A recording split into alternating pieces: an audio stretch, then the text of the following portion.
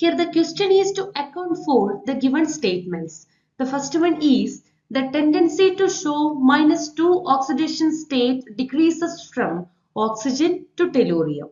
Yes, the tendency of elements in group 16 to exhibit a -2 oxidation state decreases because oxygen is the most electronegative element and it readily gains 2 electrons to achieve a stable electron configuration and results a -2 oxidation state. This is because oxygen is very effective at attracting the electrons due to its high electronegativity. If you come to sulfur, selenium and tellurium, sulfur can also exhibit a -2 oxidation state, but it is less pronounced than in oxygen. The electronegativity of sulfur is lower than that of oxygen and it can also form a positive oxidation state such as +4 and +6. Similarly, in case of selenium and tellurium, as we move down the group, these elements have even lower electronegativities compared to sulfur and oxygen. Consequently, their tendency to exhibit a -2 oxidation state diminishes. These elements are more likely to exhibit a positive oxidation states, especially +4 and +6. So generally we can say the decrease in the tendency to show the -2 oxidation state as we move from oxygen to tellurium is due to the increase in atomic size and decrease in electronegativity.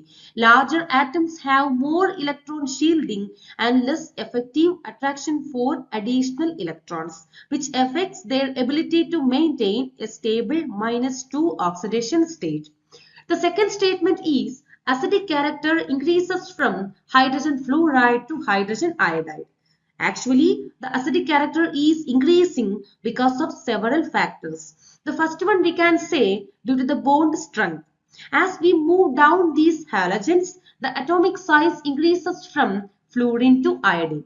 So we can say the acidic property is the ability to release the H plus ion, but in case of hydrogen fluoride, which has a very strong bond due to its small size of fluorine and its high electronegativity, this strong bond makes it harder for hydrogen fluoride to donate a proton.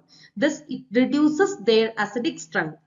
In terms of bond polarity, we can say while hydrogen fluoride is highly polar due to the high electronegativity of fluorine, the bond strength in hydrogen fluoride is so strong that it offsets this polarity.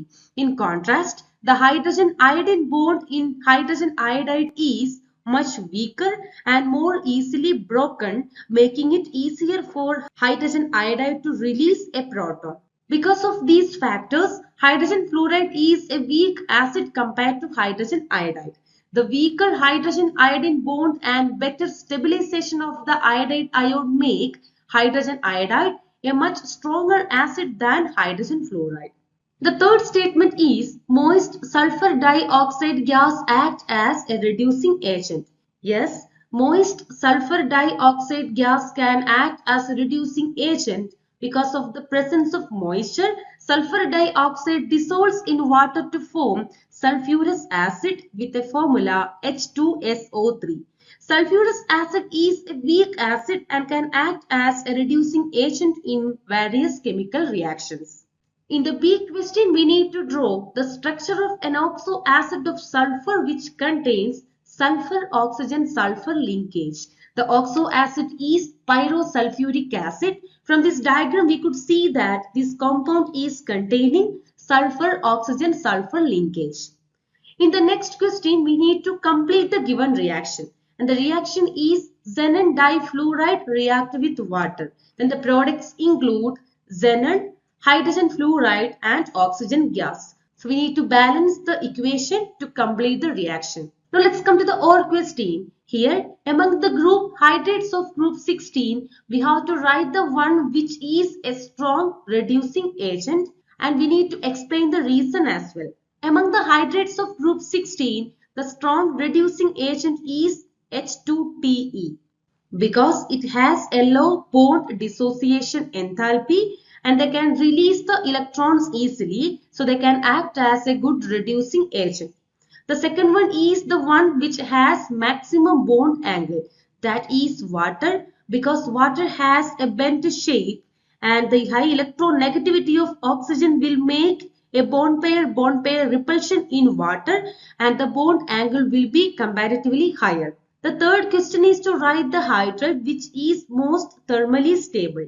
The answer is water, because of high bond dissociation enthalpy of hydrogen-oxygen bond. In the B question, we have to complete the given equations. In the first equation, we could see that sulfur react with concentrated sulfuric acid.